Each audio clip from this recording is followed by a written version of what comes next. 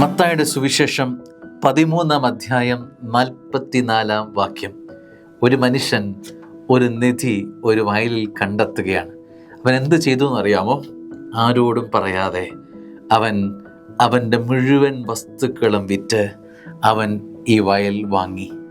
ഈ വയലിൻ്റെ വിലയ്ക്കുള്ള സമ്പാദ്യമല്ല അവനുണ്ടായിരുന്നത്, പക്ഷേ അവൻ വിറ്റത് മുഴുവൻ വയൽ വാങ്ങാനല്ല, വയലിനുള്ളിലെ നിധി വാങ്ങാനാണ്. വയലിനുള്ളിലെ നിധി വാങ്ങാനാണ്.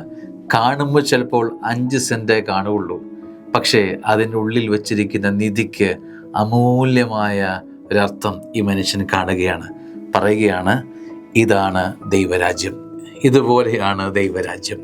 സ്നേഹമുള്ള ദൈവവേദലേ, നീ നിനക്കുള്ളതെല്ലാം വിറ്റ് ഈ അമൂല്യമായ നിധി വാങ്ങാൻ തയ്യാറാണോ? നീ എന്ന് പറഞ്ഞാൽ മറ്റുള്ളതിനെല്ലാം പ്രാധാന്യം കൊടുക്കുന്ന നിൻ്റെ ജീവിതത്തിൻ്റെ പ്രാധാന്യത്തിൻ്റെ പ്രയോറിറ്റി മാറ്റാമോ?